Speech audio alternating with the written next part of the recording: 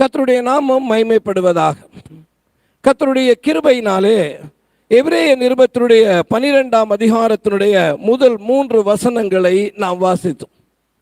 இந்த வசனத்திலே இந்த நிருபத்தை எழுதினவர் ஒரு ஓட்ட பந்தயத்தை குறித்து உதாரணமாக சொல்லி காரியங்களை வெளிப்படுத்துகிறார். ஓட்டப்பந்தயத்திலே ஈடுபட்டவர்களும் அதை ஆர்வத்தோடு கவனித்து கொண்டு வருகிறவர்களும் இந்த ஓட்டப்பந்தயங்களை பார்க்கிறவர்களும் ஒன்றை நீங்கள் அறிந்திருப்பீர்கள். எல்லா ஓட்டப்பந்தயங்களும் ஒரே மாதிரியான ஓட்டப்பந்தயங்கள் அல்ல. முதலாவது, இந்த ஓட்டப்பந்தயங்களை பார்த்தீர்களானால் ஸ்போர்ட்ஸில் அதை 2 விதமாக பிரிப்பார்கள். ஒன்று நீண்ட தூர ஓட்டப்பந்தயம், 2வது குறுகிய தூர ஓட்டப்பந்தயம். Long distance running and short distance running என்று சொல்லுவார். நம்முடைய கிறிஸ்தவ வாழ்க்கை என்று சொல்லுவது நீண்ட தூர ஓட்டப் போட்டியோடு கூட ஒப்பிடப்பட்டிருக்கிறது. பொதுவாக எந்த காரியமாக இருந்தாலும் அது நீண்ட நேரத்தை எடுத்துக்கொள்கிற பொழுது, நீண்ட தூரத்தை எடுத்துக்கொள்கிற பொழுது அது நம்மை சோர்வுற பண்ணுகிறது. நீண்ட நேர பிரயாணங்களிலே நாம் சோர்ந்து விடுகிறோம். நீண்ட கால படிப்பினாலே சோர்ந்து போகிறவர்கள் உண்டு. நீண்ட காலமாக வியாதியினால் இருக்கிறதுனாலே சோர்ந்து போனவர்களை நாம் பார்க்கிறோம். நீண்ட கால சட்ட போராட்டங்களிலே சிக்கி இருக்கிறவர்கள் சோர்ந்து போகிறதை நாம் பார்க்கிறோம். காரியங்கள் நீண்டு கொண்டு போறதுனாலே நமக்கு சோர்வு ஏற்படுவது இயற்கை. கிறிஸ்தவ ஊழியங்களும் இதற்கு விதிவிலக்கு அல்ல. கிறிஸ்தவ ஊழியர்களும் இதற்கு விதிவிலக்கானவர்கள் அல்ல. ஜான் கல்வின் அவர்கள் சொல்லுகிற பொழுது, எனக்கு ஏற்கனவே இருக்கும் பிரச்சனைகளில் நான் மூழ்கி இருக்கிற பொழுது புதிய வேதனைகளையும் கவலைகளையும் கொண்டு வராத நாள் ஒன்று எனக்கு இருந்ததில்லை என்று அவர் சொல்லுகிறார். ஸ்பர்ஜன் ஐயர் அவர்கள் சொல்லுகிற பொழுது அவர் சொல்லுகிறார், சோர்வு என் இருதயத்துக்குள் ஊடுருவி என் பணிகளை அதிக பாரத்தோடு செய்ய வைத்து என்னை இன்னும் பலவீனன் ஆக்குகிறது என்று அவர் எழுதுகிறார். இந்த கிறிஸ்தவ ஓட்டத்தை நாம் ஓடிக்கொண்டிருந்தாலும் நாமும் பல வேளைகளிலே சோர்ந்து விடுகிறோம். சிலர் இந்த சோர்விலிருந்து விடுபட முடியாமல் போதுமடா இந்த கிறிஸ்தவ ஓட்டம் என்று அவர்கள் நின்று விடுகிறதை நாம் பார்க்கிறோம். எத்தனையோ சபைகளை நாம் பார்த்திருக்கிறோம். நீங்கள் எந்த சபைக்கு போனாலும் அந்த சபையிலே ஒரு கூட்டத்தை நீங்கள் பார்க்க முடியும். அந்த கூட்டம் என்ன என்று கேட்டால், சபைக்கு வந்து சபையாக ஆராதித்து சபையிலே அங்கத்தினராக இருந்து இப்பொழுது ஓட்டத்துக்கு வராமல் நின்று போய்விட்ட கூட்டம். இவ்வாறு நின்று போனதற்கான காரணம் என்ன என்று கேட்டால், அவர்கள் சோர்ந்து போனதன் நிமித்தமாக, இந்த ஓட்டத்திலே சோர்ந்து போனதன் நிமித்தமாக அவர்கள் நின்று போய்விட்டார். Because of the discouragement, they couldn't run that Christian long race. அவர்கள் சோர்ந்து போனதினாலே கிறிஸ்தவ வாழ்க்கைங்கிற இந்த நீண்ட தூர ஓட்டத்தை ஓட முடியாமல் விலகிவிட்டார். இந்த எபிரேய நிருபத்தை யாருக்காக எழுதினார் என்று கேட்டால், எபிரேயர், அதாவது யூத மார்க்கத்திலே இருந்து கிறிஸ்தவத்தை தழுவி ரோமர்களுடைய ஆட்சி காலத்திலே 1ஆம் நூற்றாண்டிலே அவர் உற்சாகமாக இருந்து கொண்டிருந்த வேளையிலே ஆட்சியாளர்களாக இருந்த ரோமர்களாலும் யூத மத தலைவர்களாலும் உபத்திரவங்கள் வந்த பொழுது இந்த உபத்திரவங்களுக்கு முகம் கொடுக்காமல் இந்த ஓட்டத்தை விட்டு விலகிவிடலாமா என்று யோசித்து கொண்டிருந்த இந்த விசுவாச மக்கள் தங்களுடைய விசுவாச ஓட்டத்திலே தொடர்ந்து ஓட முடியாமல் சோர்ந்து போய் இருக்கிறதை கண்ட அந்த நிருபக்காரன் இந்த நிருபத்தை எழுதுகிறார். அவருடைய ஓட்டம் தடைபடாமல் திரும்பவும் உற்சாகத்தோடு அவர்கள் ஓடி இந்த நீண்ட தூர கிறிஸ்தவ ஓட்டத்தை ஓட வேண்டும் என்பதற்காக அவர் எழுதுகிறார். நாம் வாசித்த இந்த எபிரேய நிருபத்தை எடுத்துக்கொள்வீர்களானால், விசேஷமாக எபிரேய நிருபத்துடைய 10வது அதிகாரத்திலே கிறிஸ்தவ ஓட்டத்திற்கு தேவையான 3 காரியங்களை முதலாவது அவர் சொல்லிவிடுகிறார். எபிரேயர் 10வது அதிகாரம் 22 முதல் 24 உள்ள வசனங்களிலே, துன் மரச்சாட்சி நீங்க தெளிக்கப்பட்ட இருதயம் உள்ளவர்களாகவும் சுத்த ஜலத்தால் கழுவப்பட்ட சரீரம் உள்ளவர்களாகவும் உண்மையான இருதயத்தோடும் விசுவாசத்தின் பூர்ண நிச்சயத்தோடும் சேர கடவோம். அல்லாமலும் நம்முடைய நம்பிக்கையை அறிக்கையிடுகிறதில் அசைவில்லாமல் உறுதியாயிருக்க கடவோம். வாக்குத்தத்தம் பண்ணினவர் உண்மை உள்ளவராய் இருக்கிறாரே. மேலும் அன்புக்கும் நற்கிரிகளுக்கும் நாம் ஏவப்படி ஒருவரை ஒருவர் கவனித்து என்று சொல்கிறார். 22ஆம் வசனத்திலே விசுவாசம் என்ற வார்த்தையை நீங்கள் படிக்கலாம். ஃபெய்த். 23ஆம் வசனத்திலே நம்பிக்கை என்ற வார்த்தையை நீங்கள் படிக்கலாம், ஹோப். 24ஆம் வசனத்திலே அன்பு என்கிற வார்த்தையை நீங்கள் படிக்கலாம், லவ். ஒரு கிறிஸ்தவனுக்கு தேவையான கிறிஸ்தவ ஓட்டத்திலே அத்தியாவசியமாய் இருக்க வேண்டிய விசுவாசம், நம்பிக்கை, அன்பு ஒவ்வொன்றையும் அவர் சொல்கிறார். இவை ஒவ்வொன்றையும் அவர் விளக்கி கொண்டு வருகிறார். அதனாலே தான் அந்த 11வது அதிகாரத்துக்கு நாம் வருகிற பொழுது அந்த 11ஆம் அதிகாரத்துடைய 1வது வசனத்திலே விசுவாசம் என்றால் என்ன என்ற வரவிலக்கணத்தோடு அவர் அதை ஆரம்பிக்கிறார். விசுவாசம் என்பது நம்பப்படல உறுதியும் காணப்படாதவருடைய நிச்சயமாக இருக்கிறது என்ற வரவிலக்கணத்தோடு அந்த 11வது அதிகாரம் ஆரம்பிக்கிறது. அந்த 16வது அதிகாரம் ஆரம்பித்து விசுவாச வீரருடைய பட்டியல் அவர் அங்கே சொல்கிறார். இந்த விசுவாச வீரருடைய பட்டியலில் சொல்லப்பட்ட நபர்கள் யார்? நமக்கு முன்பாக இந்த நீண்ட தூர விசுவாச ஓட்டத்தை ஓடி முடித்த நபர்கள். அவர்களை குறித்து அவர் சொல்லி அந்த 12வது அதிகாரத்துக்கு வருகிற பொழுது 12வது அதிகாரத்துடைய 1ஆம் வசனத்திலே, ஆகையால் மேகம் போன்ற இத்தனை திரளான சாட்சிகள் நம்மை சூழ்ந்து கொண்டிருக்க என்று சொல்லுகிறார். Therefore, since we are surrounded by so great a cloud of witnesses என்று அவர் எழுதுகிறார். இந்த திரளான சாட்சிகள் என்று குறிப்பிடப்படுகிற நபர்கள் யார்? 11வது அதிகாரத்திலே ஆபேல், ஏனோக்கு, நோவா, ஆபிரகாம், சாராள், ஈசாக்கு, யாக்கோபு, யோசேப்பு, மோசேயினுடைய பெற்றோர், மோசே, ராகாப் என்பவர்களை குறிப்பிட்டவர். 11ஆம் அதிகாரத்துடைய 32ஆம் வசனத்திலே, இன்னும் எனக்கு சொல்லுவதற்கு நேரம் போதாது, காலம் போதாது என்று சொல்லி இன்னொரு பட்டியலை கொடுக்கிறார்.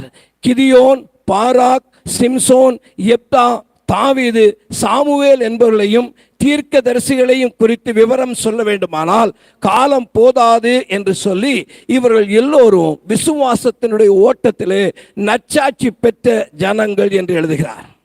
இப்பொழுது இந்த கிறிஸ்தவ வாழ்க்கையை, இந்த நீண்ட தூர ஓட்டத்தை நாம் ஓட வேண்டுமானால் நமக்கு கொடுக்கப்பட்டிருக்கிற இந்த நம்பிக்கையை விடாமல் பற்றியிருக்க வேண்டியதுடைய அவசியத்தை வலியுறுத்தும்படிதான் 12ஆம் அதிகாரத்துடைய 1, 2, 3 வசனங்களை அவர் எழுதுகிறார். இன்னைக்கு நம்முடைய செய்தியினுடைய தலைப்பு கிறிஸ்தவ வாழ்க்கை என்னும் நீண்ட தூர ஓட்டப்பந்தயம். The long distance race called Christian life. கிறிஸ்தவ வாழ்க்கை என்னும் நீண்ட தூர ஓட்டப்பந்தயம். நினைத்தால் ஓடுவது போன்றது அல்ல ஒரு ஓட்டப்பந்தயத்திலே ஓடுவது. ஒரு ஓட்டப்பந்தயம் இன்றைக்கு நடக்கிறது, எனக்கு கலந்து கொள்ள விருப்பம் இருக்கிறது, நானும் கலந்து கொள்கிறேன் என்று காலையிலே போய் அங்கே ஒரு நம்பரை வாங்கி குத்தி கொண்டு நின்று ஓட ஆரம்பித்தேனால் கடைசியாக என்ன ஆஸ்பத்திரியில் தான் நீங்கள் வந்து பார்க்கணும். ஏன்னா எனக்கு அதில் ப்ராக்டிஸும் கிடையாது, ஒன்றும் கிடையாது, ஆர்வ கோளாறால் போயிட்டு, அவ்வளோதான். கிறிஸ்தவ வாழ்க்கையும் அப்படிப்பட்டதாக தான் இருக்கு. இன்னைக்கு ஒரு ஆர்வ கோளாறின் நிமித்தமாக ஓடுவதல்ல கிறிஸ்தவ வாழ்க்கை. அதிலும் குறிப்பாக நீண்ட தூர ஓட்டத்தை ஒருவன் ஓட வேண்டுமானால் அதுக்கு அவன் ஆயத்தம் செய்ய வேண்டியது அவசியம். ஒரு ஆயத்தம் இல்லாமல் எந்த ஒரு நீண்ட தூர ஓட்டப்பந்தய வீரனும் அவன் அந்த ஓட்டப்பந்தயங்களிலே கலந்து கொள்ள மாட்டான். ஆகவே முதலாவது இந்த வசனங்களிலே நாம் கவனிக்க வேண்டியது the preparation for the race. நீண்ட தூர ஓட்டத்திற்கான ஆயத்தம் என்ன? முதலாவது வசனத்துடைய 2ஆம் பகுதியிலே சொல்கிறார், பாரமான யாவற்றையும் தள்ளிவிட்டு என்று அவர் சொல்கிறார். இதற்கு முன்பாக சொல்லப்பட்ட சாட்சிகளான விசுவாச வீரர்கள் தங்களுக்கு ஓட்டத்தை ஓடின பொழுது தங்களுக்கு எதெல்லாம் பாரமாக இருந்ததோ அதை எல்லாவற்றையும் விலக்கிவிட்டு அவர்கள் ஓடி இருப்பார். பிரியமானவர்களே, இந்த நீண்ட தூர ஓட்ட போட்டிகளை நீங்கள் பார்த்திருக்கிறீர்கள். இந்த ஓட்டப் போட்டியை நீங்கள் கவனிப்பீர்களானால் அந்த ஓடுகிற ட்ரக்குக்குள்ளே வருகிற பொழுது, அந்த அரீனாவுக்குள்ளே வருகிற பொழுது அவர்கள் ட்ரக் சூட்டோடு வந்திருப்பார்கள். ஓட்டம் ஆரம்பிக்கும் பொழுது பார்ப்பீர்களானால் உடலிலே தேவையான அளவு ஆடையை தவிர வேற எந்த ஆடையுமே வைத்திருக்க மாட்டார்கள். அவருடைய ட்ரக் சூட் எல்லாவற்றையும் கலட்டி வைத்திருப்பார்கள். எந்த அளவுக்கு ஆடை தேவையோ அந்த அளவுக்கு தான் அந்த ஆடையோடு ஓடுவார்கள். ஆரம்பத்திலே கிரேக்க நாட்டிலே இந்த ஒலிம்பிக் பந்தயங்கள் ஆரம்பிக்கப்பட்ட ஆரம்ப காலங்களிலே இந்த ஓட்ட பந்தயங்கள் நிர்வாணமாகத்தான் அவர்கள் ஓடுகிறார்கள். பண்டைய கிரேக்க வீரர்கள் பந்தயத்தில் ஓட தயாராக இருக்கிறவர்கள் தங்கள் சரீரத்திலே ஒரு துணி கூட அவர்கள் அணிந்து கொண்டிருந்ததில்லை. ஏனென்றால் அது ஓட்டத்திற்கு தடையாக இருக்கும் என்பதற்காக. இன்றைக்கு கூட நீங்கள் நீண்ட தூர ஓட்டத்திலே ஜெயிக்கிறவர்களை பார்த்து பாருங்க, எலும்புல சதை ஒட்டி இருக்குமே தவிர ஒரு ஊழ சதையோ ஒரு தொந்தியோ அவன்கிட்ட இருக்காது. அவ்வளோ அழகாக தங்களுடைய சரீரத்தை வைத்திருப்பார். கிறிஸ்தவ ஓட்டத்திலும் கூட தேவையற்ற பாரங்களை நாம் சுமந்து கொண்டு ஓட முடியாது. கிறிஸ்தவ ஓட்டத்திலே எது நமக்கு பாரமாய் இருக்கிறது என்பதை நாம் அடையாளம் காண வேண்டும். அது ஒவ்வொரு நபருக்கு அது வேறுபடுவதாக இருக்கலாம். உதாரணமாக இன்றைக்கு சிலரை பார்த்தோமானால் அவர்கள் செய்தி ஊடகங்களுக்கு அடிமைப்பட்டவர்களாக இருக்கிறார்கள். அவர் காலையிலேயும் செய்தி, மாலையிலும் செய்தி, மதியமும் செய்தி, எப்பொழுது பார்த்தாலும் செய்திகளை கேட்பதிலே தான் அவருடைய நேரம் செலவு பண்ணுகிறது. செய்திகளை கேட்பது தவறா, செய்தியை பார்ப்பது தவறா என்றால் நிச்சயமாக இல்லை. நம்மை சுற்றி என்ன நடந்து கொண்டு இருக்கிறது என்பதை, நடப்பவற்றை நாம் அறிந்து கொள்ள வேண்டியது அவசியம். ஆனால் எப்பொழுதுமே செய்தியை பார்த்து கொண்டு இருப்பதுதான் அல்லது அதை குறித்து பேசிக்கொண்டு இருப்பதுதான் நமக்கு பாரமாக அறிகிறது. இன்றைக்கு நம்முடைய நேரத்தை அது திருடிக் கொள்ளுகிறது. சிலரை பார்த்தால் செல்போனுக்கு அடிமைகளாக இருக்கிறார்கள். செல்போன் பயன்படுத்துவது தவறா என்று கேட்டால் நிச்சயமாக இல்லை. ஆனால் இந்த நாளிலே நம்முடைய தேவைக்கு அதிகமாக அதை பயன்படுத்துகிறோமா இல்லையா என்று தீர்மானித்து பாருங்கள். கடந்த நாட்களிலே ஒரு வயது முதிர்ந்த ஒரு ஊழியக்காரர், அவர் ஒரு டாக்டராக இருந்து அதற்கு பின்பாக ரிட்டையர் பண்ணி ஊழியத்தை செய்கிறவர். அவரோடு பேசிக்கொண்டிருக்கிற பொழுது அவர் சொன்னார், இந்த நாட்களிலே கிறிஸ்தவ மக்கள் உணவு ஒருத்து உபவாசம் எடுக்கிறார்கள், நல்லது. உணவு சாப்பிடாமல் உபவாசம் எடுத்து ஜெபிக்கிறார்கள், நல்லது.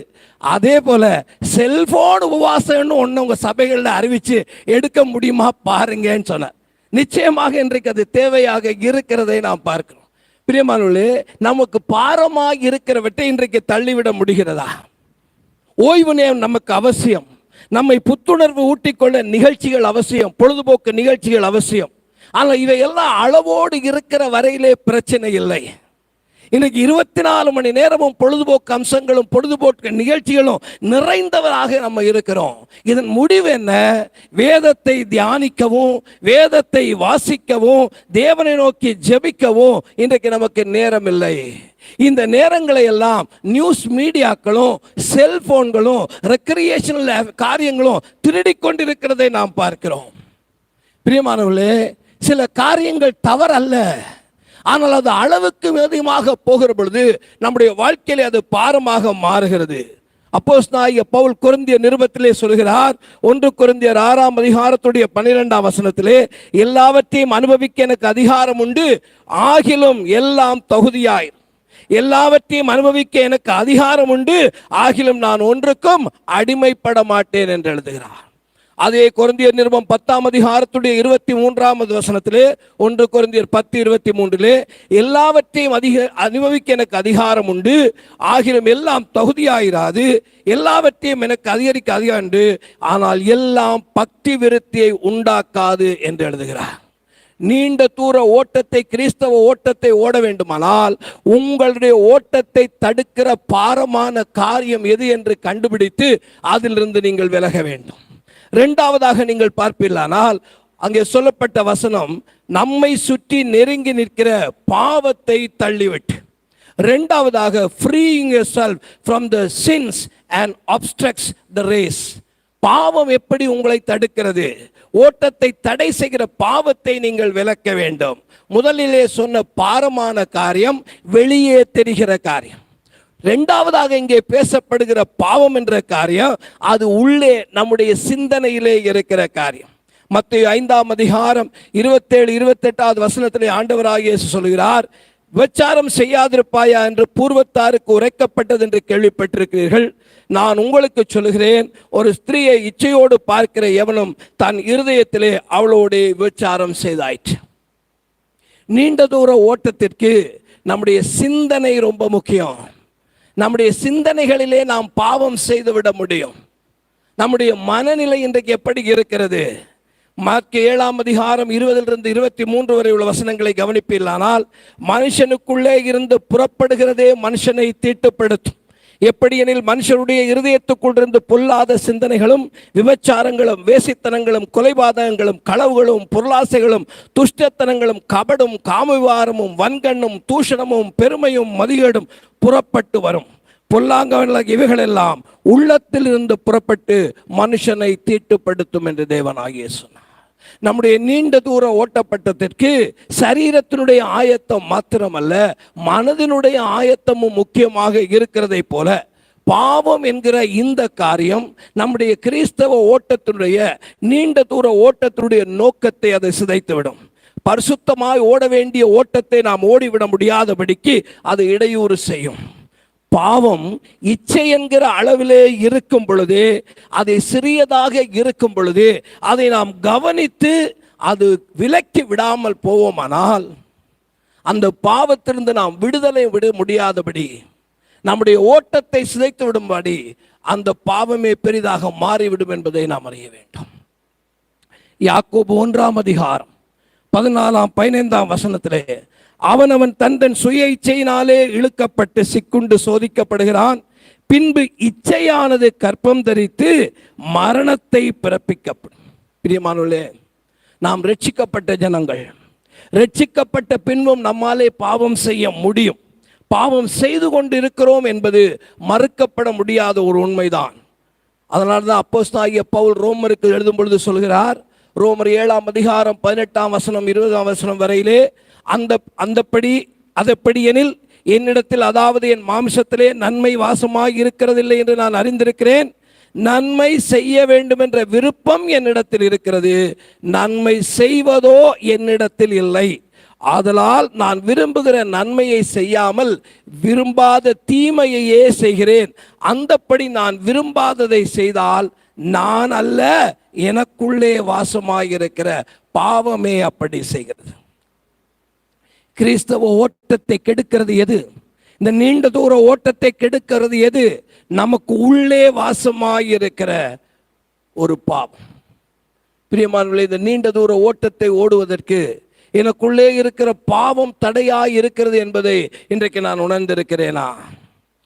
ஆண்டவராகிய தேவனாகிய இயேசு தான் இந்த பூமியை விட்டு போவதற்கு முன்பதாக நாம் இந்த பாவத்தில் இருந்து தொடர்ந்து பாவம் செய்கிறோம் என்று உணர்த்தப்பட்டு விடுதலை ஆக்குவதற்கு நமக்கு பரிசுத்த ஆவியை தருவேன் என்று வாக்கு பண்ணினவர்.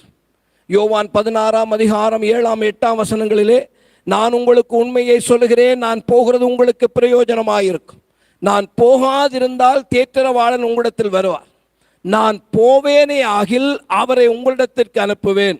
அவர் வந்து பாவத்தை குறித்தும் நீதியை குறித்தும் நியாய தீர்ப்பை குறித்தும் கண்டித்து உணர்த்துவார். பிரியமான தேவனுடைய ஜனமே, பரிசுத்த ஆவியானவர் நம்முடைய பாவங்களை குறித்து நம்மை கண்டித்து உணர்த்துகிற பொழுது அதை உடனடியாக நாம் சீர்திருத்தாவிட்டால் இந்த நீண்ட தூர கிறிஸ்தவ ஓட்டத்திலே நம்மால் ஓட முடியாது. நம்முடைய பாவங்களுக்குள்ளேயே இருப்போம். அதனாலே தான் கொரிந்தியர் நிருபத்துக்கு எழுதின பொழுது அப்போஸ்தலனாகிய பவுல் சொன்னார், 1 கொரிந்தியர் 9 அதிகாரத்துடைய 25 வசனத்திலே, பந்தயத்துக்கு போராடுகிற யாவரும் எல்லாவற்றிலும் இச்சையடக்கமாயிருப்பார், அவர்கள் அழிவுள்ள கிரீடத்தை பெறும்படிக்கு அப்படி செய்கிறார்கள், நாமோ அழிவில்லாத கிரீடத்தை பெறும்படிக்கு அப்படி செய்கிறோம். பிரியமானவர்களே, இந்த நீண்ட தூர ஓட்டத்தின் முடிவிலே ஒரு அழிவில்லாத கிரீடம் எனக்கு வைக்கப்பட்டிருக்கிறது, அதை நான் பெற வேண்டும் என்ற அந்த இலக்கை நோக்கி ஓடுவோமானால் பாவத்தை குறித்து எப்படி இருக்கிறோம்? பாவத்தை குறித்து எப்படி இருக்கிறோம்? அழிந்து போகிற ஒரு மெடலுக்காக, அழிந்து போகிற ஒரு சர்டிபிகேட்டுக்காக, அழிந்து போகக்கூடிய ஒரு பேருக்காக ஓடுகிறவன் தன்னுடைய சரீரத்தை அடக்கி ஒடுக்கி தன்னுடைய சரீரத்தை இச்சைக்குட்படாமல் பாதுகாத்து அதிலே ஜெயிக்க முயற்சி எடுக்கிறான். அழிவில்லாத கிரீடமாகிய ஆண்டவராகிய இயேசுடைய கையினாலே நாம் பெறப்போகிற அந்த நித்திய கிரீடத்தை சுமந்து கொள்ள நம்முடைய ஓட்டத்தில் நாம் எந்த இச்சையை இன்றைக்கு விலக்கி இருக்கிறோம்? இன்றைக்கு எந்த இச்சையை விலக்கிறோம்? எந்த விதமான இச்சை நம்மை விட்டு விலகி போயிருக்கிறது? உலகத்தானுக்கு என்ன இச்சை உண்டோ அது எல்லாம் நம்மகிட்ட இருக்கு. உலகத்தானிலிருந்து வேறு பிரிக்கப்பட்டவர்களாக இன்றைக்கு நாம் இருக்கிறோமா, அல்லது உலகம் நமக்குள்ள வந்துருச்சா? எப்படிப்பட்ட வாழ்க்கையில் இருக்கிறோம்? ஓட்டத்தை மறந்துட்டோம், இலக்கை மறந்துட்டோம், இந்த ஓட்டத்தில் இருக்கிறோம் என்பதையே மறந்துட்டோம். உலகம் போற போக்கிலே நாமும் போய்கொண்டிருக்க அழைக்கப்பட்டவர்கள் அல்ல. You are in the race, you are in the wrong distance race, you are going to reach to heaven. அதனுடைய முடிவு பரலோகம். அங்கே போய் சேர வேண்டுமானால் இந்த நீண்ட தூர ஓட்டத்திலே பாரத்தையும் பாவத்தையும் நீங்கள் விலக்க வேண்டும். இரண்டாவது, நீங்கள் கவனிப்பீர்களானால் இந்த நீண்ட தூர ஓட்டப்பட்டியிலே உங்களை சீர்படுத்திக் கொள்ள வேண்டும். த பெர்ஃபெக்டிங் ஆஃப் த ரேஸ். நீங்கள் இந்த ஓட்டப்போட்டிகளை கவனிப்பீர்களானால் குறிப்பாக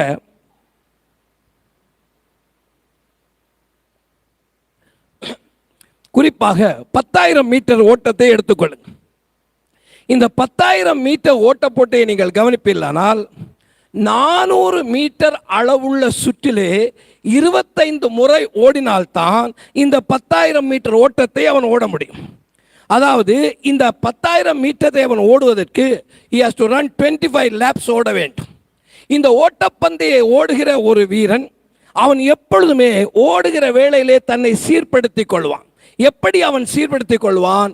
இப்பொழுது நான் எத்தனையாவது சுற்றிலே இருக்கிறேன், நான் இப்பொழுது ஓடுகிற சுற்றிலே இன்னும் எத்தனை சுற்றுக்கள் எனக்கு பாக்கி இருக்கிறது, இந்த கடைசியாக நான் ஓடி முடிப்பதற்கு, கடைசி சுற்றை நான் ஓடி முடிப்பதற்கு எனக்கு எனர்ஜி இருக்குமா, எனக்குள்ளே பலம் இருக்குமா, கடைசி அந்த சுற்றிலே வேகம் எடுக்க வேண்டுமானால் அதற்கு உண்டான வேகம் எனக்குள்ளே இருக்குமா, அதுக்குள்ள சக்தி எனக்கு இருக்குதா என்பதையெல்லாம் அனுமானித்து தான் அந்த ஓட்டத்தை ஓடும்.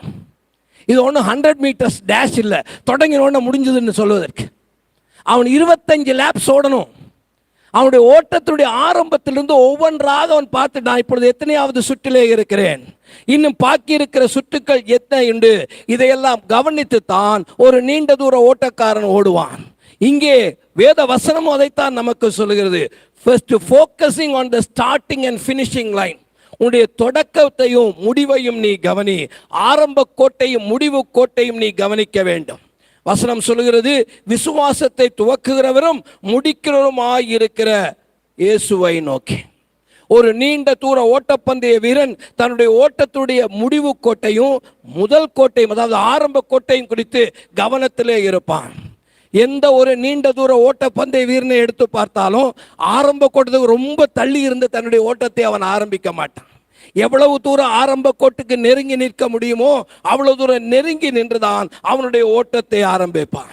அதுபோல் தான் நம்முடைய கிறிஸ்தவ வாழ்க்கை.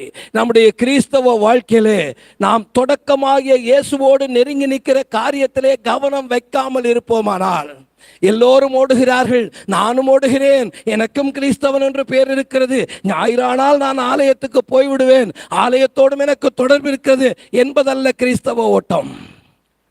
How far you are close to Christ. தேவனோடு எவ்வளவு நெருங்கி இருக்கிறீர்கள், இயேசுவோடு நீங்கள் எவ்வளவு நெருங்கி இருக்கிறீர்கள்.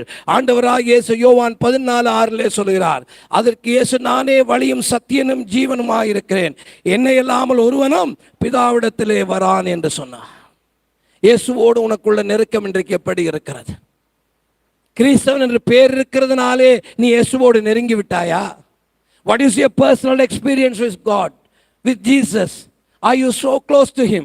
ஆண்டவர் உனக்கு நெருங்கினவராக இருக்கிறாரா? மத்தேயு 11:28 வருத்தப்பட்டு பாரம் சுமக்கிறவர்களே, நீங்கள் எல்லோரும் என்னிடத்தில் வாருங்கள், உங்களுக்கு இளைப்பாறுதல் தருவேன் என்று சொன்ன இயேசுடைய இளைப்பாறுதலை பெற்ற அனுபவம் இருக்கிறதா? வசனம் இருக்கிறது. கிறிஸ்தவனாக எனக்கு வசனம் இருக்கிறது, வேதத்தின் வசனத்தை அறிந்திருக்கிறேன். But as it become my personal experience, அது என்னுடைய சொந்த அனுபவமாக என்றைக்கும் மாறி இருக்கிறதா? ஆண்டவராகிய இயேசுவிடத்தில் இளைப்பாறுதலை தேடுகிறதை விட்டுவிட்டு இன்றைக்கும் வேறு இடத்துல இளைப்பாறுதல் தேடுகிற கிறிஸ்தவர்களை நாம் பார்க்கவில்லையா? பிரியமான ஓட்டத்தை எப்படி தொடங்குகிறோம்? ஆண்டவராகிய இயேசு கலிலேயா கடலோரமாய் நடந்து போகிறார். மீன்பிடுக்களை பார்த்து அவளை அழைக்கிறார். மத்தேயு 4:18 18 முதல் 21 வசனங்களிலே நாம் பார்க்க முடியும். 19வது வசனத்திலே, என் பின்னே வாருங்கள், உங்களை மனுஷரை பிடிக்கிறவர்கள் ஆக்குவேன் என்றார். உடனே அவர்கள் வலைகளை விட்டு அவருக்கு பின் சென்றார். அவர் அவிடம் விட்டு போகையிலே வேறு 2 சகோதரராகிய செபதேயின் மகன் யாக்கோபும் அவன் சகோதரன் யோவானும் தங்கள் தகப்பன் செபதேயுடைய படகிலிருந்து தங்கள் வலைகளை பழுது பார்த்து கொண்டிருக்கிற பொழுது அவர்களை கண்டு அவர்களையும் அழைத்தார். அழைத்த ஒவ்வொருவரும் இயேசுவோடு அந்த ஓட்டத்தை ஓடினார்கள் என்று நாம் பார்க்கிறோம். அதே ஓட்டத்தை ஓட இயேசு உங்களையும் என்னை அழைத்தார். ஆண்டவரோடு நெருங்கி இந்த ஓட்டத்தை ஓடுகிறோமா? ஆண்டவராகிய இயேசு சிலுவையிலே சிந்தித அந்த இரத்தத்தினால் உண்டான ரட்சிப்பினாலே நம்முடைய விசுவாச ஓட்டத்தை நாம் ஆரம்பித்தோம். 2 தீமோத்தேயு 1:9 அவர் நம்முடைய கிரியையின்படி நம்மை ரட்சிக்காமல் தம்முடைய தீர்மானத்தின்படியும் ஆதிகால கிறிஸ்துவுக்குள் நமக்கு அருளப்பட்ட கிருபையின்படியும் நம்மை ரட்சித்து பரிசுத்த அழைப்பினாலே அழைத்தார். இந்த ஓட்டத்துக்கு உங்களை அழைத்தவர் இயேசு. பரிசுத்த இரத்தத்தினாலே அவர் அழைத்தார். அந்த அழைப்பை ஏற்றி இப்பொழுது ஓடிக்கொண்டிருக்கிறோம். தேவனோடு ஓடிக்கொண்டிருக்கிறோமா? ஆண்டவரோடு நெருங்கி ஓடிக்கொண்டிருக்கிறோமா? இந்த ஓட்டத்தை எந்த முடிவு கோட்டிலே நீங்களும் நானும் முடிக்க போகிறோம். இந்த முடிவு கோடு என்ன? வெந்ததை தின்னுட்டு வேலை வந்தா போய் சேர்றதுக்கு இருக்கிறேன்னு உலகத்தான் சொல்லிட்டு இருக்கானே. How life going? Just going. ஹிந்தியில் சொல்கிறான் பாருங்க, சல்தே கா நாம் காடி, ஓடுறதுக்கு பேர் வண்டி அப்படின்னு கிறிஸ்தவன்னு இன்னைக்கு சொன்னால், உனக்கு எதுக்கு வேதம்? உனக்கு எதுக்கு வசனம்? உனக்கு எதுக்கு சபை? உனக்கு எதுக்கு பிரசங்கம்? பரலோக தரிசனத்தை இழந்துட்டோமா பிரியமானவர்களே? இல்லை, நான் என் இயேசுவை நோக்கி ஓடிக்கொண்டிருக்கிறேன். அவர் தரும் பரிசுக்காக ஓடிக்கொண்டிருக்கிறேன். அந்த முடிவு கோட்டில் இயேசு எனக்காக காத்திருக்கிறார். அவரை சந்திக்க ஓடிக்கொண்டிருக்கிறேன் என்று நம்மால் இன்னைக்கு சொல்ல முடியுதா பிரியமானவர்களே? முடிவு கோடு எங்க இருக்கு? அப்போஸ்தலனாகிய பவுல் சொல்கிறார், இயேசுவிலே விசுவாச ஓட்டத்தை ஆரம்பித்தோம், நல்லது. எதிலே நாம் முடிக்க போகிறோம்? 2 தீமோத்தேயு 4:7-8 நல்ல போராட்டத்தை போராடினேன், ஓட்டத்தை முடித்தேன், விசுவாசத்தை காத்துக்கொண்டேன். இது முதல் நீதியின் கிரீடம் எனக்காக வைக்கப்பட்டிருக்கிறது. நீதியுள்ள நியாயாதிபதியாகிய கர்த்தர் அந்நாளிலே அதை எனக்கு தந்துடுவார். எனக்கு மாத்திரமல்ல, அவருடைய பிரசன்னம் ஆகுதலை விரும்பும் யாவருக்கும் அதை தந்துடுவார். இந்த ஓட்டத்தை ஓடின இந்த அப்போஸ்தலனாகிய பவுல், அவருடைய கவலை எதை குறித்திருந்தது? அவர் சொல்லுகிறார், அப்போஸ்தலர் 20:24 ஆகிலும் அவைகளில் ஒன்றை குறித்தும் கவலைப்படேன், என் பிராணனையும் அருமையாக எண்ணேன், என் ஓட்டத்தை சந்தோஷத்தோடே முடிக்கவும் தேவனுடைய கிருபையின் சுவிசேஷத்தை பிரசங்கம் பண்ணும்படிக்கு நான் கர்த்தராகிய இயேசுவிடத்திலே பெற்ற ஊழியத்தை நிறைவேற்றவுமே என்று. ஓட்டத்தை அவரிடத்திலிருந்து பெற்றங்க. என்னுடைய ஓட்டத்தை நான் எப்படி முடிக்க போறேன்னு கேட்டா, சந்தோஷத்தோட முடிக்க போறேன். ஏதோ கடமைன்னு ஓடி இந்தா முடிக்கிறோம் போ அப்படின்னு முடிக்கல, அது சந்தோஷத்தோட முடிக்கிறார். இன்னைக்கு கிறிஸ்தவ ஓட்டம் உங்களுக்கு சந்தோஷமா இருக்குதா? அதனுடைய முடிவிலே மகத்தான சந்தோஷம் நமக்கு வைக்கப்பட்டிருக்கின்ற அறிவு இருக்குமானால் நாம் இன்னைக்கு சந்தோஷத்தோட ஓடுவோம். இன்னைக்கு கிறிஸ்தவ ஓட்டமே பலருக்கு பாரமா மாறி போச்சு. காரணம் என்ன? அவருடைய இலக்கிலே எதை அடைய போறா என்று அவர்களுக்கு தெரியவில்லை. பிலிப்பியர் 3 அப்போஸ்தலனாகிய பவுல் 13-14 சொல்கிறார், சகோதரரே, அதை பிடித்து கொண்டேன் என்று நான் எண்ணுகிறதில்லை, ஒன்று செய்கிறேன், பின்னானவைகளை மறந்து முன்னானவைகளை நாடி கிறிஸ்து இயேசுவுக்குள் தேவன் அழைத்த பரம அழைப்பின் பந்தய பொருளுக்காக லக்கை நோக்கி தொடர்கிறேன். லக்கு என்னன்னே தெரியலைங்க, லக்கு என்னன்னே தெரியல. கிறிஸ்தவ வாழ்க்கையுடைய அல்டிமேட் கோல் என்னன்னே தெரியாம இன்னைக்கு நாம ஓடிட்டு இருக்கோம். நல்ல வேலை, நல்ல கல்யாணம், நல்ல குடும்பம், நல்ல காசு, நல்ல பணம், நல்ல காரு, நல்ல வீடு. ஸ்தோத்திரம் ஆண்டவரே. இதுவா உடைய கிறிஸ்தவ வாழ்க்கையுடைய இலக்கு? இதற்காகவா நீங்களும் நானும் அழைக்கப்பட்டோம்? பிராணனையும் அருமையாக எண்ணாமல் ஓடின அப்போஸ்தலனாகிய பவுல் என்று இன்றைக்கு நாம ஓடிக்கிட்டு இருக்க ஓட்டம் எப்படி இருக்கு? இன்னைக்கு நாம ஓடிட்டு இருக்க ஓட்டம் என்ன இருக்கு? பிரதர், ஏன் பிரதர் இன்னைக்கு சர்ச்சுக்கு வரல? Brother, it's too hot now days. அதனால் வீட்டில் ஏசி ரூம்லேருந்து நான் வீடியோவிலே பார்த்துக்கிறேன். பிராணனை அருமையாக எண்ணேன் என்ற பவுலுடைய ஓட்டமும் கொஞ்சம் வெயில சகிக்காமல் ஓடுற ஓட்டமும் எப்படி இருக்கு? எப்படி இருக்கு? Why these seats are empty today? Where are those people who are supposed to sit here and worship the Lord? Where are they? What are they doing? Are they not the members of this church? Are they not the members of this church? Where are they now? They don't know what race they are in today. நீ கிறிஸ்தவ யோசிச்சு பாருங்க. ஓய்வு நாள் கர்த்தருக்குரிய நாள், ஓய்வு நாள் முழுவதும் கர்த்தருக்குரிய நாள், கர்த்தரை தொழுது கொள்ள வேண்டிய நாள், கர்த்தரை ஆராதிக்க வேண்டிய நாள், கர்த்தருடைய சபையில் இருக்க வேண்டிய நாள், கர்த்தருடைய ஜனங்களோடு ஐக்கியப்பட வேண்டிய நாள், தேவன் செய்த 6 நாள் செய்த நன்மைக்காக துதிக்க வேண்டிய நாள். அது இல்லாம எப்படி ஓட முடியும்? அது உள்ள பேட்டரி சார்ஜ் ஆகலைங்க. உங்க செல்போன் ஒர்க் பண்ணான்னு தெரியும். உங்க ஆவிக்குரிய பேட்டரியை சார்ஜ் பண்ற இடமாகிய ஆலயத்தில் இன்றைக்கு நீ இல்லையே, எப்படி சார்ஜ் ஆகும்? எப்படி ஓடுவ? எப்படி ஓட போறோம்? Because they are lost their goal. உடைய ஓட்டத்துடைய தொடக்கம் என்னன்னு தெரிஞ்சதுன்னா முடிவு என்னன்னு உனக்கு தெரிஞ்சிருக்கணும். எந்த ஓட்டப்பந்தய வீரனும் தன்னுடைய தொடக்கத்தையும் முடிவையும் அறியாம அவன் பண்ண மாட்டான். இந்த சீர்படுத்தலை இரண்டாவது காரியத்தை கவனிப்பீர்களானால், நமக்கு நியமித்திருக்கிற ஓட்டத்திலே பொறுமையோடு ஓட கடவோம். Focusing on the endurance. பொறுமையோடு ஓடுங்க. 10,000 மீட்டரோ 5,000 மீட்டரோ அந்த ஓடுகிற தூரத்தையும் அந்த ஓடுகிற பாதையையும் நிர்ணயித்தவன் ஓட்டக்காரன் அல்ல. ஓட்டக்காரன் இல்லைங்க அதை நிர்ணயித்தது. அதை நிர்ணயித்தவன் அந்த காம்படிஷனை ஆர்கனைஸ் பண்ணவன். அவர் செய்த ஒழுங்கின்படி அந்த பாதையிலே ஒழுங்கா ஓடாவிட்டால் யூ ஆர் டிஸ்குவாலிஃபைட். ஆண்டவராகிய தேவன் நம்மை இந்த ஓட்டத்துக்கு அழைத்தவர், கிறிஸ்தவ ஓட்டத்துக்கு அழைத்தவர். நம் ஒவ்வொருடைய ஓட்டத்தையும், நம் ஒவ்வொருடைய ஓட்டத்தின் காலத்தையும், ஒவ்வொருடைய ஓட்டத்துடைய தூரத்தையும் அவர் நியமித்திருக்கிறார். இந்த நியமித்த தேவன் இதை ஓடி முடித்து நீங்க அந்த முடிவு கோட்டிலே வருவீர்கள் என்று அவர் காத்து கொண்டிருக்கிறார். அவர் நியமித்த பாதை எனக்கு பிடிக்காம இருக்கலாம். அவர் நியமித்த பாதை கரடுமுரடான பாதையா இருக்கலாம். அவர் நியமித்த பாதை கண்ணீரின் பாதையாக இருக்கலாம். ஆனால் அந்த ஓட்டத்தை நிர்ணயித்தவர் தேவன். இதை நான் கேள்வி கேட்க முடியாது.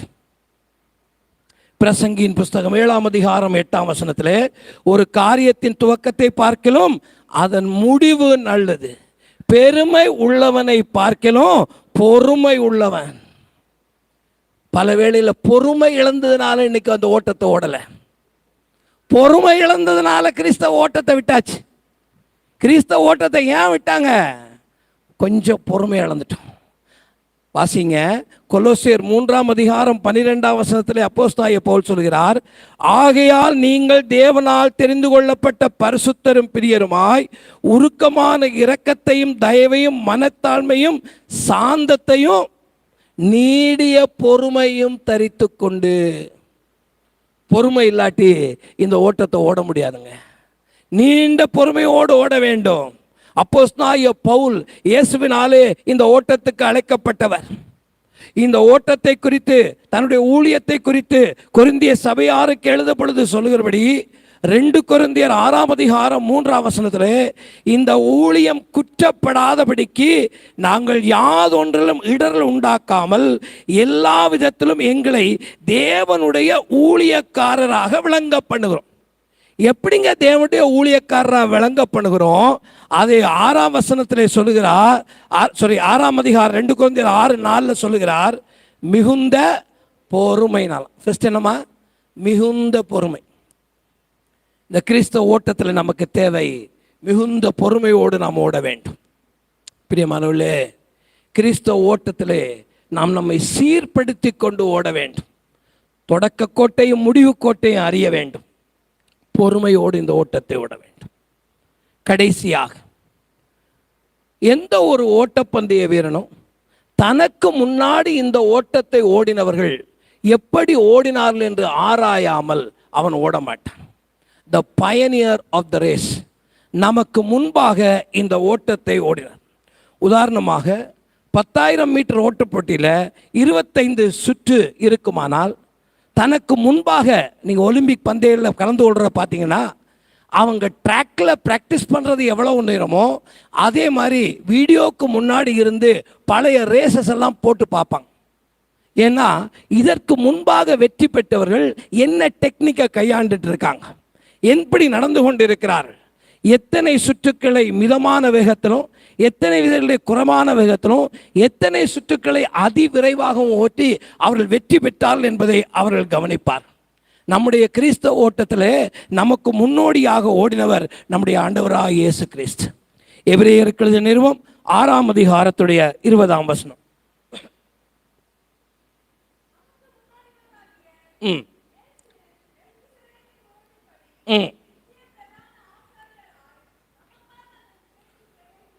நமக்கு முன் ஓடினவர் ஆகிய இயேசு என்று எழுதப்பட்டிருக்கு. நாம் பின்பற்றி போவது அல்லது நாம் கவனிக்க வேண்டியது, நமக்கு முன்பாக இந்த ஓட்டத்தை வெற்றிகரமாக முடித்த இயேசு எப்படி ஓடினார். அதனால் அந்த வசனம் சொல்கிறது, அவர் தமக்கு முன் வைத்த சந்தோஷத்தின் பொருட்டு அவமானத்தை எண்ணாமல் சிலுவையை சகித்து தேவனுடைய சிங்காசனத்தின் வலது பாரிசத்தில் வீற்றிருக்கிறார். ஆகையால் நீங்கள் இளைப்புள்ளவர்களாய் உங்கள் ஆத்துமாக்களை சோர்ந்து போகாதபடிக்கு தமக்கு விரோதமாய் பாவிகளால் செய்யப்பட்ட இவ்விதமான விபரீதங்களை சகித்த அவரையே நினைத்துக் கொள்ளுங்கள். Fixing the mind on the shame endured by Jesus. இயேசு பெற்ற அவமானங்களை நினைத்துப்பார். இன்றைக்கு பலர் இந்த ஓட்டத்தை விட்டு ஏன் விலகிட்டாங்க தெரியுமா? அவங்க பட்ட அவமானத்தினால. அவர்கள் பட்ட அவமானத்தின் நிமித்தம் இந்த ஓட்ட போட்டியிலிருந்து விலகிட்டாங்க. ஆண்டவராகிய இயேசு எப்படிப்பட்டவராக இருந்தார்? எத்தனையோ அவமானங்களை சகித்தார். சொந்த ஊருக்கு வராருங்க. அவர் வளர்ந்த ஊராகிய நசரேத்துக்கு வருகிறார். ஜெபாலயத்தில் பிரசங்கம் பண்ணுகிறார். பிரசங்கத்தை வியந்து பாராட்டினார்கள். முடிச்ச பிறகு கேட்டாங்க, who is this fellow? யார் இந்த ஆளு? எங்கே படித்தார்? எருசலேம் தியாலஜிக்கல் காலேஜில் படித்தாரா? எங்கே அவர் படித்தார்? After all is a son of a carpenter. ஒரு தச்சனுடைய மகன் தானப்பா இவர். கேட்குறாரு, தச்ச மகன் தானே இவர். வியந்து பாராட்டினாங்க செய்தியை. ஆனால் அதுக்கப்புறம் யார் இருந்தாலும் ஆண்டவர் அந்த அவமானத்தை சகித்தார். ஆண்டவர் சொன்னார், லூக்கா 7:34 மனுஷகுமாரன் போஜன பானம் பண்ணுகிறவராய் வந்தார், நீங்களோ இதோ போஜன பிரியனும் மதுபான பிரியனுமான மனுஷன் ஆயக்காரரும் பாவிகளுக்கும் சிநேகிதன் என்றார். மார்க்கு 3:21 அவருடைய சொந்தக்காரங்க அதை கேட்ட பொழுது இவருக்கு மதி மயங்கி இருக்கிறார், பைத்தியம் பிடிச்சிருச்சுன்னு சொன்னாங்க. எருசலேமில் இருந்து வந்த வேத பாரகர்கள் மத்தேயு 3:22 இவன் பிசாசை கொண்டு, பெயல்செபூலை கொண்டு பிசாசை துரத்துகிறார் என்று சொல்கிறார். சிலுவைக்கு போவதற்கு முன்பதாக போர் சேவர்களாலே ஆண்டவர் அவமானப்பட்டார். அவரை பரியாசம் பண்ணினார். அவருக்கு சோப்பான வஸ்திரத்தை உடுத்தினார். யூதாவின் ராஜாவை வாழ்க, ராஜாவை வாழ்க என்று அவர் வாழ்த்தி பரிகாசம் பண்ணினார். பேதுரு அதை குறித்து என்ன எழுதுகிறார்? 1 பேதுரு 2:23 அவர் வையப்படும் பொழுது பதில் வையாமலும் பாடுபடும் பொழுது பயமுறுத்தாமலும் இருந்தார் என்று. ஆண்டவராய் இயேசு, இந்த ஓட்டத்தை ஓடின இயேசு அவமானங்களை சகித்தார். கிறிஸ்தவ வாழ்க்கையில் எத்தனையோ அவமானங்களை நம்ம சகிக்க வேண்டியிருக்கும். இன்னைக்கு ஏன் வரல? ஏங்க இன்னைக்கு பிரச்சனை? ஏன் இந்த ஓட்டத்தில் நின்று போனீங்க? அவங்க என்ன சொன்னாங்க தெரியுமா பிரதர்? அந்த சிஸ்டர் என்ன கேட்டாங்க தெரியுமா பிரதர்? என்ன சேர்ச்சில் வச்சு என்ன ஒரு கேள்வி கேட்டாங்க தெரியுமா? அப்பா நீ நீட்ட தூரம் ஓட்டத்துக்கு ரெடியே இல்லைப்பா, இன்னும் அவமானத்தை சகிக்க தெரியல. யாரை பார்க்கிறோம்? ஓட்டத்தை ஓடி முடிச்ச இயேசு அவர் படாத அவமானத்தையா நம்ம பட போறோம்? 33 வயசுல நிர்வாணமாக சிலுவையில் தொங்குறார். ஒரு பொட்டு துணி கிடையாது. பின்னாடி 2ஆம் நூற்றாண்டுக்கு மேல படங்களை வரைந்தவர்கள் தான் அது நிர்வாணமா வரைஞ்சிடக்கூடாதுன்னு இடுப்புல ஒரு துணியை கட்டி விட்டாங்க. உண்மை என்ன? சரித்திரம் என்ன? நிர்வாணமாக அவமானத்தை சகிக்கலையா? வாயினால் வந்து அவமானத்தை சகிக்கலையா? அடியினால் வந்து அவமானத்தை சகிக்கலையா? சரீரத்தில் பெற்ற அவமானத்தை சகிக்கலையா? எதை சகிக்கல? எல்லாவற்றையும் சகித்தார். இன்னைக்கு நம்முடைய ஓட்டம் எப்படி இருக்கு? இன்னைக்கு நம்முடைய ஓட்டம் இருக்கு. ஆண்டவருக்கு முடிவிலே வந்த மகிமையை நாம் கவனத்தில் வைக்க வேண்டும். Fix the mind on the glory Jesus received in the end. அதை நினைப்போமானால் இந்த அவமானத்தை எல்லாம் சகித்துருவோம் பெருமாள். அதனால தான் அவன் சொல்கிறான் 2ஆம் வசனத்திலே 3ஆம் வசனத்திலே, தமக்கு முன் வைத்திருந்த சந்தோஷத்தின் பொருட்டு அவமானத்தை எண்ணாமல் என்று சொன்னார். சந்தோஷம் என்ன? அவமானத்தை எண்ணாமல் அவர் சகித்ததுடைய நோக்கம் என்ன? முடிவிலே தேவனுடைய சிங்காசனத்தில் வலது பாரிசத்திலே அவர் வீற்றிருக்கிறார். முடிவு என்ன பிரியமானவர்களே? அப்போஸ்தலர் 7ஆம் அதிகாரம் 55-56 வசனங்களிலே, அவன் பரிசுத்த ஆவியினால் நிறைந்தவனாய் வானத்தை அண்ணாந்து பார்த்து தேவனுடைய மகிமையும் அவருடைய வலது பார்சத்தில் இயேசுவானவர் நிற்கிறதையும் கண்டு, அதோ வானங்கள் திறந்திருக்கிறதையும் மனுஷகுமாரன் தேவனுடைய வலது பார்சத்தில் நிற்கிறதையும் காண்கிறேன். ஆண்டவர் இறைந்தார், மரித்தார், உயிர்த்தெழுந்தார். ஸ்தேவான் இப்பொழுது காட்சியை காண்கிறான். எங்கே இருக்கிறார்? அவமானத்தை சகித்த கிறிஸ்து எங்கே இருக்கிறார்? பிதாவின் வலது பார்சத்திலே இருக்கிறார். வெளிப்படுத்தின விசேஷம் 5ஆம் அதிகாரத்துடைய 13ஆம் வசனத்திலே, அப்பொழுது வானத்திலும் பூமியின் கீழ் இருக்கிற சிருஷ்டிகள் யாவும், சமுத்திரத்தில் உள்ளவைகளும் அவற்றுள்ளங்கிய வஸ்துக்கள் யாவும் சிங்காசனத்தின் மேல் வீற்றிருக்கும் ஆட்டுக்குட்டியானவருக்கு ஸ்தோத்திரமும் கனமும் மகிமையும் வல்லமையும் சதா காலங்களும் உண்டாவதாக என்று சொல்ல கேட்டேன் என்று. பிரியமான தேவனுடைய ஜனமே, இந்த கிறிஸ்தவ வாழ்க்கை என்கிற நீண்ட தூர ஓட்டத்திலே இளைப்புள்ளவர்களாக, உங்களுடைய ஆத்மாவிலே சோர்ந்து போனவர்களாக நீங்கள் ஓட்டத்தை ஓடிக்கொண்டிருப்பீர்களானால் ஒன்றை மாத்திரம் நினைச்சுங்க, இதன் முடிவிலே உங்களுக்கு வைக்கப்பட்டிருக்கிறது ஆண்டவராகிய இயேசு பெற்றுக்கொண்ட அந்த சிங்காசன தண்டையிலே நீங்கள் போக போகிறீர்கள். வெளிப்படுத்தின விசேஷம் 3:21 இயேசு அதை நமக்காக வாக்கு பண்ணினார். நான் ஜெயம் கொண்டு என் பிதாவினுடைய சிங்காசனத்திலே அவரோடே கூட உட்கார்ந்தது போல ஜெயம் கொள்ளுகிறவன் எவனோ அவனும் என்னுடைய சிங்காசனத்திலே என்னோடே கூட உட்காரும். வசந்த கவனி, அவங்களுக்கு பக்கத்தில் இன்னொரு சேர் போறேன்னு சொல்லலை. என்ன போட்டிருக்கு? ஜெயம் கொள்ளுகிறவன் எவனோ அவனும் என்னுடைய சிங்காசனத்திலே என்னோடே கூட உட்காரும்படி அருள் செய்வேன். யாருக்கு? ஓட்டத்தை தொடங்கி பாதியில் நிறுத்தினவனுக்கு அல்ல, அவமானத்தை சகித்து ஓடி முடித்தவனுக்கு தேவன் மகிமையை வைத்திருக்கிறார். பிரியமானவர்களே, கிறிஸ்தவ வாழ்க்கை என்கிற இந்த நீண்ட தூர ஓட்டத்தை நீங்கள் ஓடுகிற வேளையிலே சோர்வுகள் வரலாம், தொடர்ந்து ஓட முடியாது என்கிற நிலை வரலாம். ஆனால் நீங்கள் செய்ய வேண்டியது என்ன?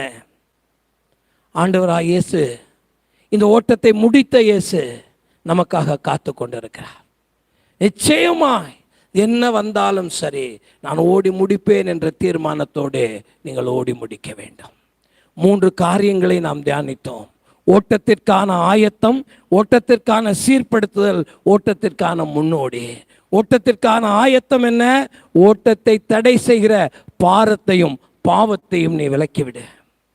ஓட்டத்துடைய சீர்படுத்துதல் என்ன? ஆரம்ப கோட்டையும் முடிவு கோட்டையும் குறித்து கவனமாயிரு, பொறுமையை குறித்து கவனமாயிரு. ஓட்டத்தினுடைய முன்னோடி என்ன? அவர் செய்த காரியத்தை மனதிலே வை. அவமானத்தை அவர் சகித்தார், முடிவிலே இயேசுவுக்குண்டான மகிமையை மனதிலே வை. அதை உனக்கு தருவதற்கு அவர் போதுமான தேவனாயிருக்கிறார்.